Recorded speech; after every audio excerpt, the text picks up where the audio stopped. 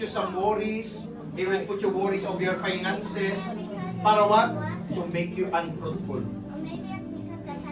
When Jesus said you will make you, the devil will make you unfruitful, he will take you away from the kingdom.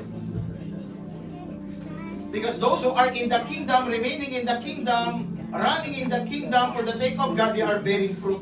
They are winning soul.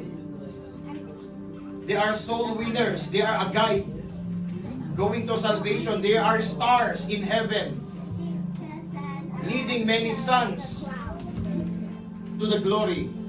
Next. But this seed falling on a good soil refers to someone who hears the word and understand it. Meaning, there is no what? Walang negative dito sa isip. They're not entertaining any negative thoughts. They always just focus to the word. Amen? Even there is trouble finances, but they are focused in the word. Lord, you said you will never leave me and forsake me. Amen. Lord, you said, Lord, you will never cause the righteous to become too hungry. Amen. Lord, you said, Lord, in your word that you will give the wealth of the wicked to the righteous. Amen. If you have that mindset, no one will trouble you. The enemy cannot harm you. Either you are suffering finances, you continue to stand, to run, even you have so many, you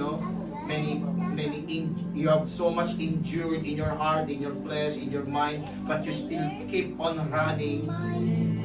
Many runs away, many people running like a rabbit along the pathway. But when the monkey comes,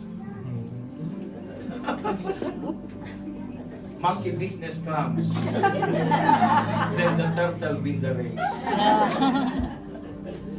Amen? Di ba may story ganyan?